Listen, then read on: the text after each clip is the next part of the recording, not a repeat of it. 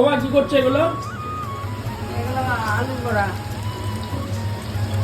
আর এগুলো কি করছো? রসে ডুবিয়েছি। ভাজা দাও তাহলে খাই। দেবো ভাজা হোক। কতক্ষণ লাগবে? এটা 2 মিনিট হলে দেখো বন্ধুরা, আমাদের আলুর বড়া হচ্ছে, কত সুন্দর দেখতে লাগছে দেখো। মিষ্টি আলুর বড়া,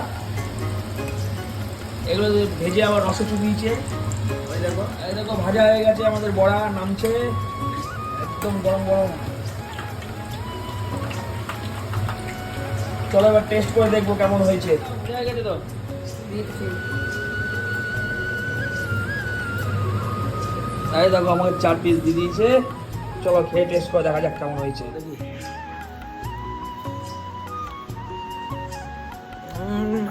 হেভি হেভি বাম্পার।